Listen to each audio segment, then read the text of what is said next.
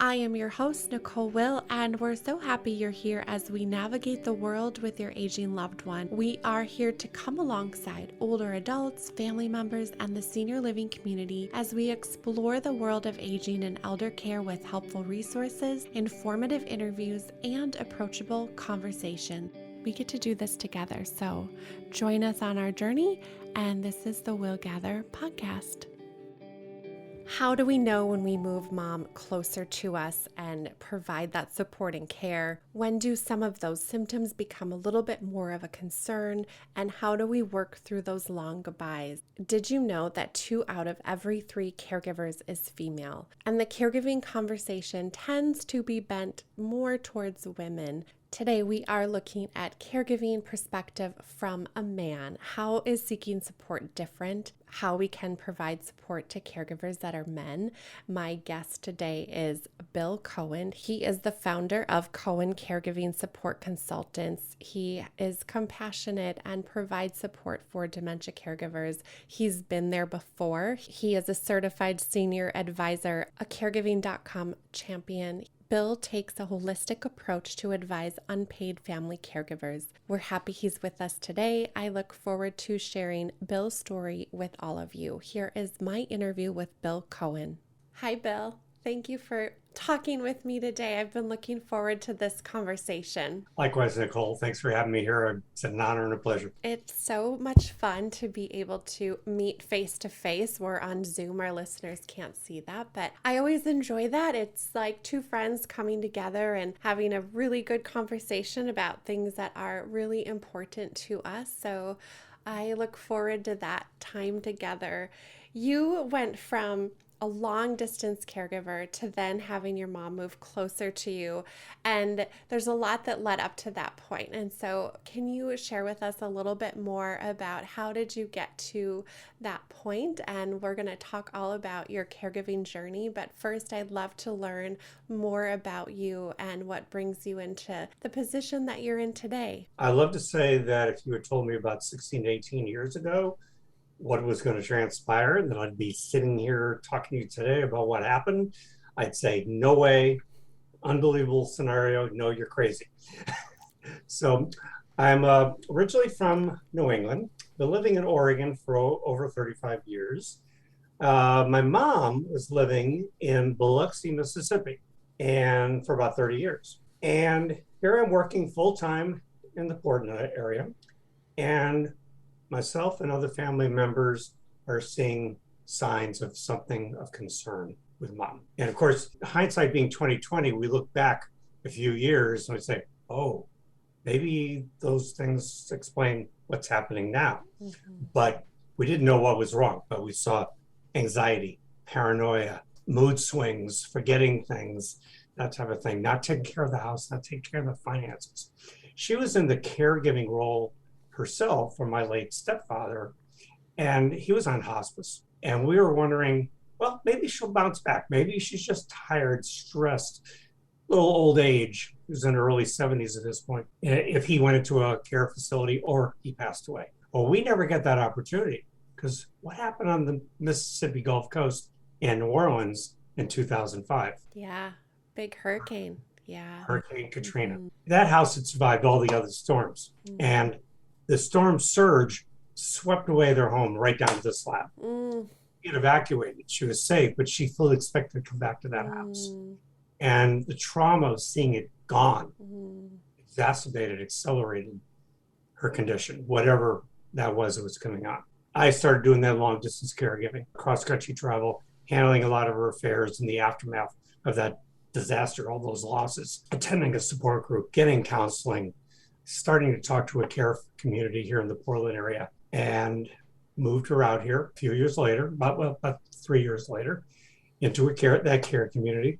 She was there about 5 years, about 4 of which were in memory care. She passed away 9 years ago at age 83. And then later I became a caregiving support consultant. I'm skipping a lot of things which I'm sure we'll touch upon, but I like to say I turned my personal loss, my pain into my passion and my encore career. There's those unexpected moments where our story finds us as we go through life, and that you're just perfect example of that, and how now you are taking all of that and helping other people and supporting other people because you've walked that road before. And that's what's so valuable, is when we can see parts of our own story and what other people are going through, that we can offer that encouragement and offer that support. Exactly. Yeah. You talked about you had those signs of concern, but was there a moment when you really thought, okay, now we're really concerned and something bigger is happening here, and we've got to make a change, and mom's got to move closer to us? I'd say a couple things to illustrate what it's like to deal with that. We think back to before that hurricane, and would we ever been able to get them out of that house to get proper care? And she was slipping. She mentioned about, oh, maybe we'll move somewhere else. But I didn't think she would do it. She was maybe not a hoarder, but she was definitely a pack rat. It was a lot of stuff to go through. But that obviously took care of that issue. And then, like right after the storm, I'll tell you a quick story. This is like right after, she was in North Carolina with step family, and she was out of the driveway. She was trying to escape. She wanted to get away from that family. So fortunately, another family member got her on the phone and said, Sheila, if you don't get back in that house now, you may end up somewhere you don't want to be. And that really illustrated how far her condition had gotten. We knew it was some kind of dementia, but we didn't know quite yet. This was starting to bring it home. The next day, I arrive and say, Mom, we're going to go to see a new doctor tomorrow. One, she was happy to see me. Two, that sounds good. Okay. And I like to use the term compassionate deception, taking her to the ER because she needed to see a geriatric physician. She needed some medication. She needed to be calmed down. She was so agitated. I was in an adjoining room and in the ER for about 10 hours with her. She was like a caged animal. The stress, the strain on her face, the anguish was it was horrifying. This was the hardest emotional night of my life. And the next morning, after she'd seen the doctor and she got some medication, I come off the elevator and she sees me and says, there you are, there's my savior. It was like the night before, it never even happened because it wasn't our relationship, which was close. It wasn't me. It wasn't personal. It was the disease. And we made sure that we got her the right care and into right housing for her, and then eventually moving her out here. The other aspect is, and I think it goes right into what you're asking. Then when she's in Florida, we're thinking, okay, I had always wanted her to come out to Portland anyway to take care of her. She had separated from my stepfather at that point. I'll get into that part of the story. Yeah. As long as she was still cognitively able and reasonably ambulatory, that was the time to move her. I think any earlier she might have fought it, any later she wouldn't have been able to make the move easily. So it was the right time and the right place. It's always hard to get that, and everybody's experience is a little bit different. It is touching on looking at the time and optimizing on when to make those decisions, right? We don't want to act in crisis. We want to have a little pre-planning, and you seized that moment and really acted when you needed to. Exactly. Yeah. You want to be prepared, planning, be proactive, because as you said, if you're reacting in a crisis, you're going to be emotional, it's going to be urgent, and you're going to have fewer options. Yeah. You talked about how your mom, you had those really rough night and some things were happening and it wasn't personal. Share some of those tips on how you manage those different situations or those quote unquote behaviors that can come up that we deal with and we interact with our loved one. So I think the biggest word that we hear a lot among our clients, support group attendees, is patience. It's really hard. Or guilt, or thoughts of the anticipatory grief.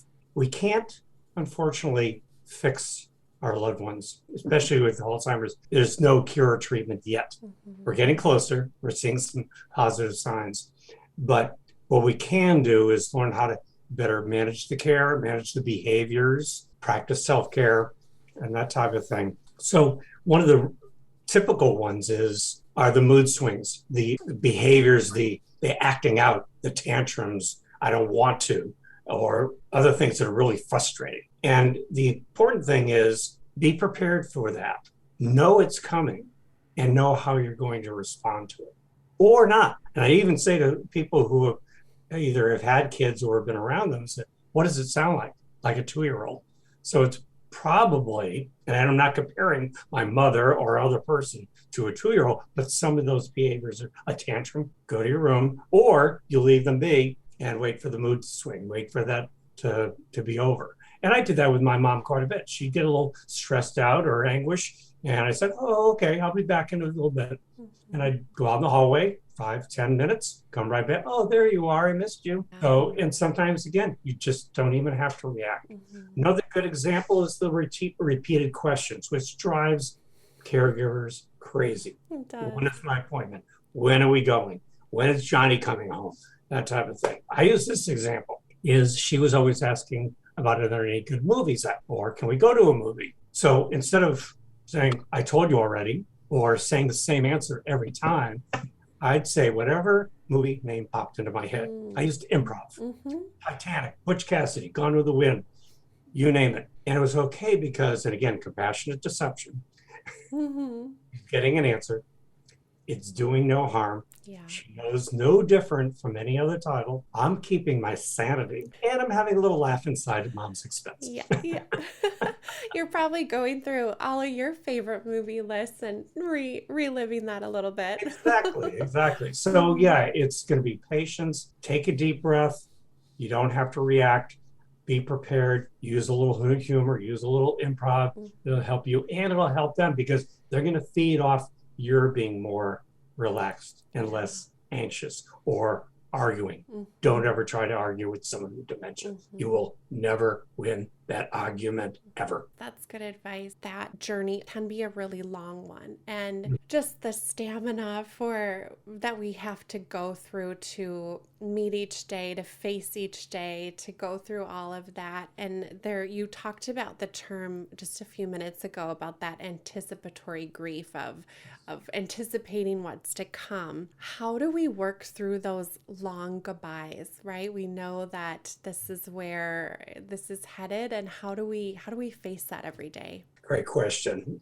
I think the biggest thing to keep in mind, we don't know how long it's going to be. And the anticipatory grief takes up all those aspects of arguing and acceptance and denial and bargaining. And they're the same person. They're still inside there. They may not be able to communicate as well or react as well or do things as well as they used to, but there's still a person inside there. I've heard of medical people, and I actually witnessed this once myself with my mom, where a nurse was talking in front of her right at the foot of her bed. And I said, even though she was on hospice, I said, I assume that on some level, my mother understands what we're talking about, and we're talking about her. We're going out in the hallway. It's amazing that I had to say that to a professional. Always keep in mind that your loved one is still there, and enjoy whatever time you have left, even though a lot of people will say, I wish it was over. And that's understandable. And I hear it a lot. And don't feel guilty about that. It's a perfectly natural thing because you don't want them to be suffering anymore, as well as your burden, your tasks of caregiving, because it is overwhelming. It is exhausting. It is a 24/7 job. In my case, what I like to say is that by the time mom was on hospice and that last night in her memory care unit, knowing that it was getting close, I'm thinking, I've already said my goodbye. Yes, my mom's still there, but I said goodbye to her a long time ago mentally, not except I would keep on saying when I was sitting there next to her, it's okay, Mom, you can let go. We'll be fine. You'll be fine, that type of thing. So when that labored breathing finally stopped that night, I wasn't upset. Yes, I was sad. It was like, it's over. She's no longer suffering. 2 days later, we're in Costa Rica. Perfect place to recuperate, to grieve. Right? And it was a long planned trip. And everything I've done since, this is my situation, has been done in her memory and honor. As you can tell, I tell a lot of stories about her. And sometimes, again, laughing a little bit at her expense, some are humorous, but that helps my healing for the last several years. I will always miss her. Absolutely. But everybody, again, has to grieve in their own way, whether it's before or at the point, or it might be months or years. Thank Thank you for sharing that. That must be healing each time to share your story and knowing that it's benefiting people and helping people. I agree with you when you were talking about the nurse in the room. I've witnessed that as well. And I'm Mhm. so sensitive to that because we're either talking with the person and we're including them in the conversation, regardless of whether or not they can participate back, or we go to a private space. It's that level of respect and offering that dignity to people. We don't know what is all being absorbed and listened to, and on some level we just have to Mhm. assume that there is that awareness there. And I love how you talk about those emotions of wanting it to be over or feeling that sense of relief. A lot of times I feel like families share that, or they want to share that, but they don't quite know how it'll be received.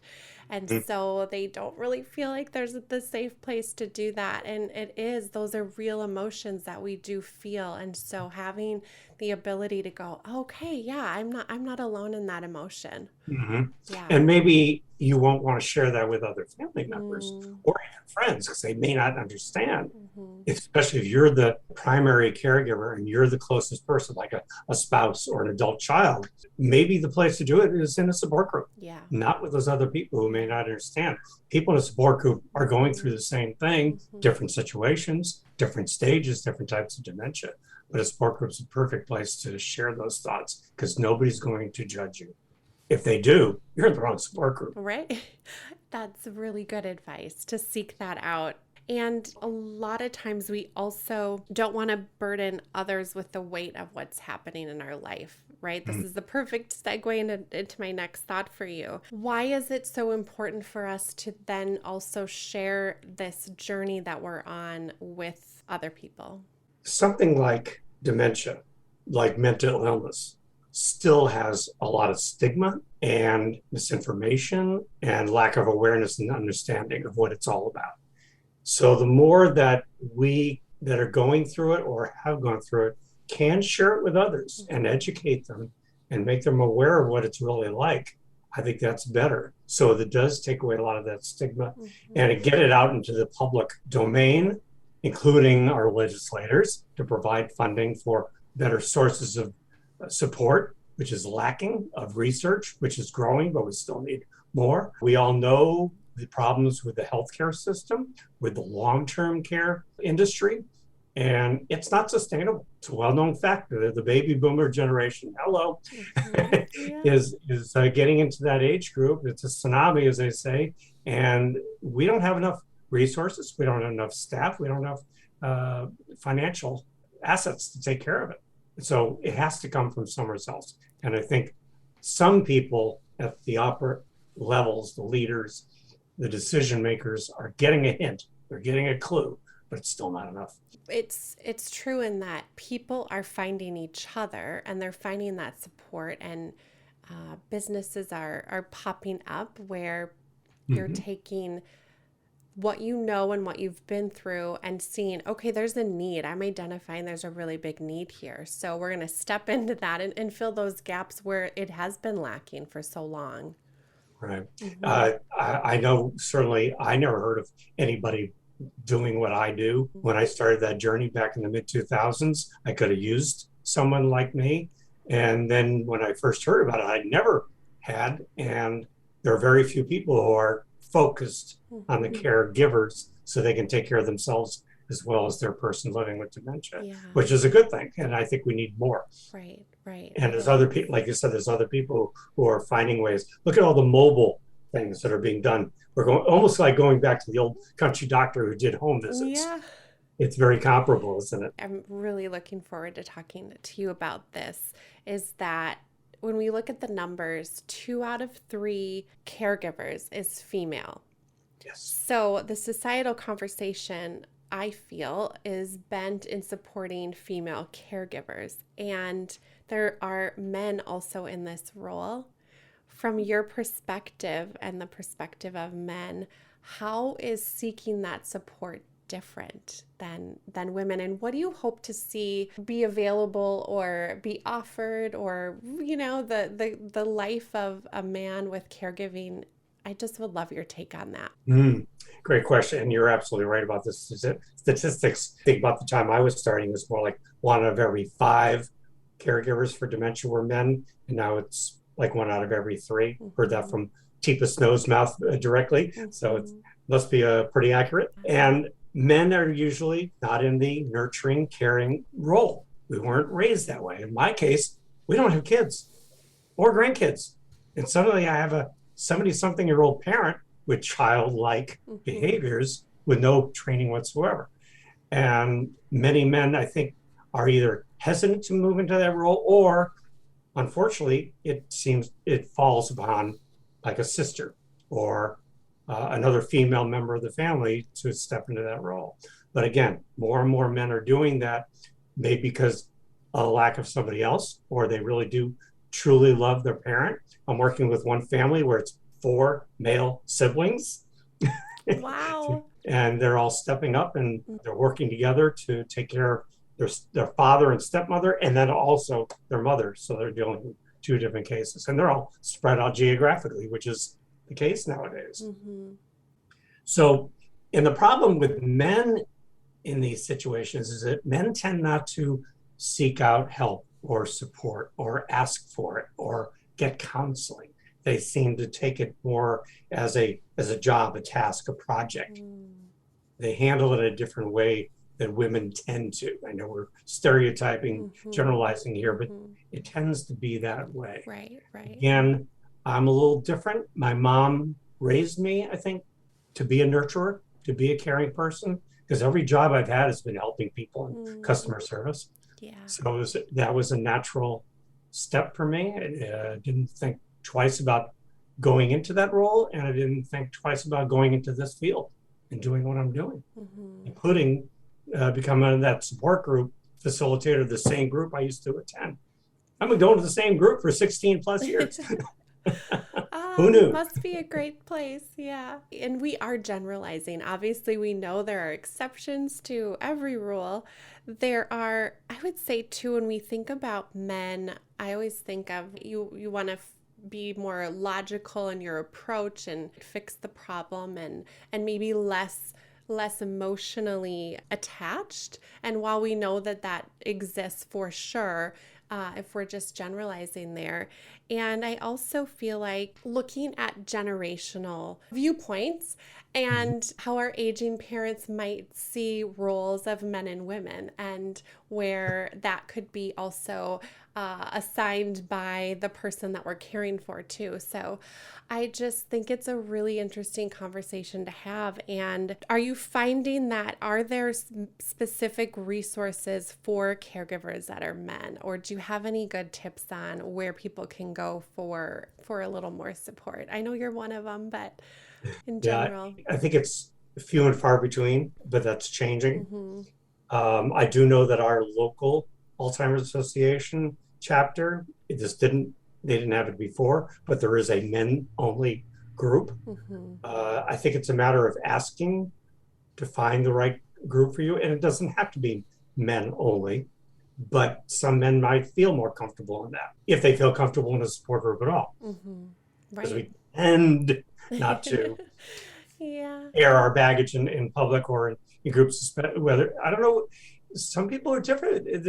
They may want to feel better in front of people they know. Some people, complete strangers, and have that anonymity. Yeah. Now, support groups are not 12-step programs where they definitely keep that anonymity along with the confidentiality and the support. So I always tell people, this is not that. We talk, we cross-talk and everything else, but it is a safe environment.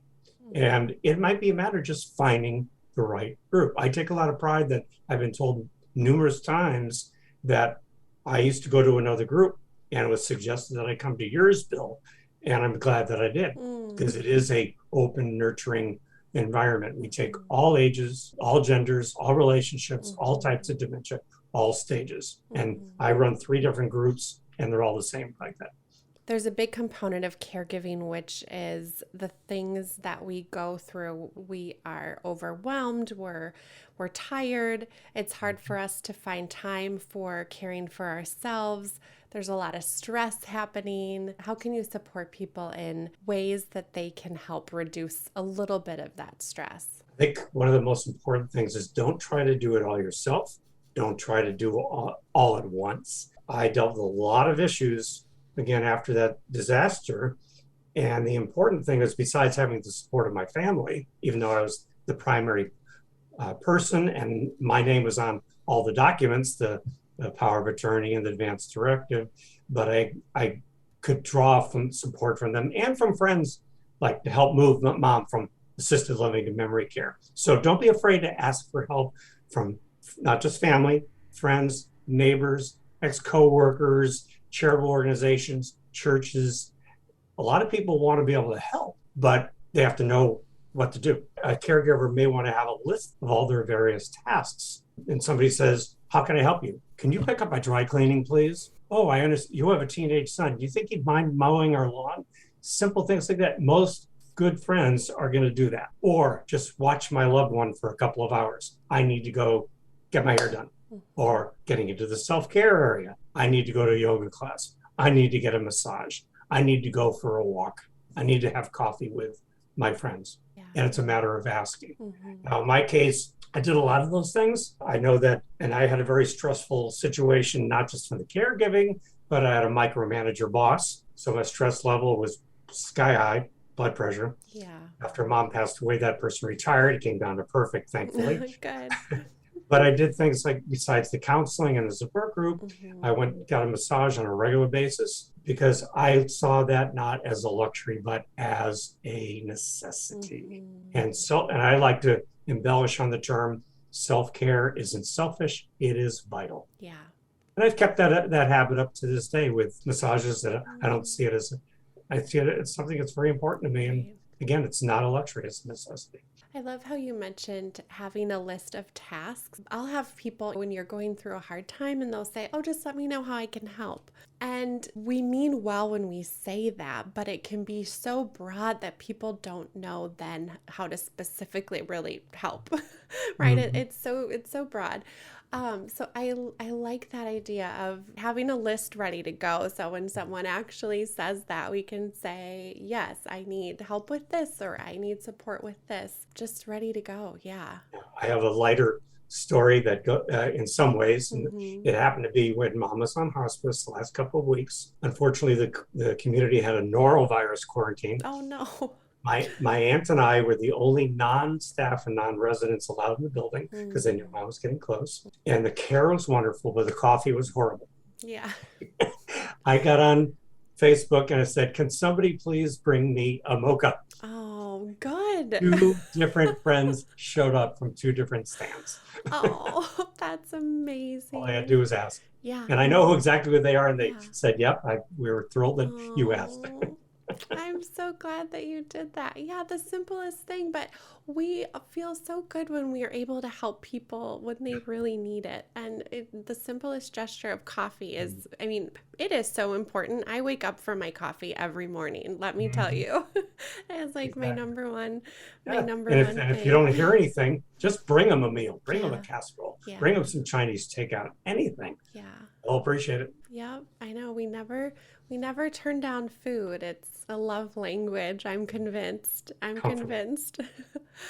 Bill, in addition to the support groups that you talked about, and I love it's like a coveted spot people want to be in, what else are you up to and how can people work with you and learn more about what you are doing and the change that you're making? So imagine if someone who has been through the whole journey in every aspect of caregiving could help you through your own journey, through your own season of care, all the different issues, and help you manage the care and the behaviors and practice self-care, provide you advice, resources, referrals, and support, collaborating with all the different professionals and service providers and help reduce your stress, help you feel less overwhelmed, help you sleep better at night, save you some time and money. That's what I do. That's basically it. I can support you. I've been there because most people don't know that somebody like me exists, or they don't know what other resources are available, like the senior housing advisors, or that they should talk to an elder law attorney, or what are the different levels of care. These are things that there are places to go take your loved one for a temporary stay for respite, so you can get a break and they're still safe and cared for. These are the type of things that most people don't know about when they're starting the journey, and the earlier the better. So besides, I have a website, of course, the last name Cohen, Cohen, caregivingsupport.com. I have a Facebook community, which is representative of people in most of the states and provinces and on 6 continents. Oh, amazing. I haven't found a penguin in Antarctica yet, but it's called Dementia Support Group for Caregivers with Bill Cohen. And that's where one of my support groups is through. I do that virtually once a month through the Facebook group. Well, I hope people go and learn more. And the people may not know this, but you are very well connected in the aging community, which is such a benefit to them. Thank you for that. And thank you for talking with me. Can I make one last point? Yeah. It goes along with what you were just saying. This goes well with being a certified senior advisor, because we have this credential, this certification has a broader perspective, a holistic approach. And that's where I use that network, where I am connected to find those right resources so they don't have to feel alone, and coordinate the care. Not just, okay, we took care of that part, I'm done, but think the big picture. Who else does my client need to talk to? Right. Who else do they need care and support from? That's part of what I do. Those personal recommendations go a long way. We can try to get online and Google something, and then we've got, how many things pop up and we're not really familiar. We're clicking on different links, and I always value the personal recommendation so much. Right. That's so 16 years ago, it was harder to find on. It was basically, I don't know if you've heard the term, or your younger listeners, let your fingers do the walking through the yellow pages. It was dialing for dollars, basically. Yeah. Now there is a lot more information on the internet, etc. But how do you know who to trust, who to work with? And there's a lot of misinformation out there. So you have to be careful. Yeah. Exactly. And that's where I can help. Perfect. Thank you so much. I love your perspective and so appreciated. Thank you so much, Bill. My pleasure. I love what you're doing as well, Nicole. Thanks for having me on.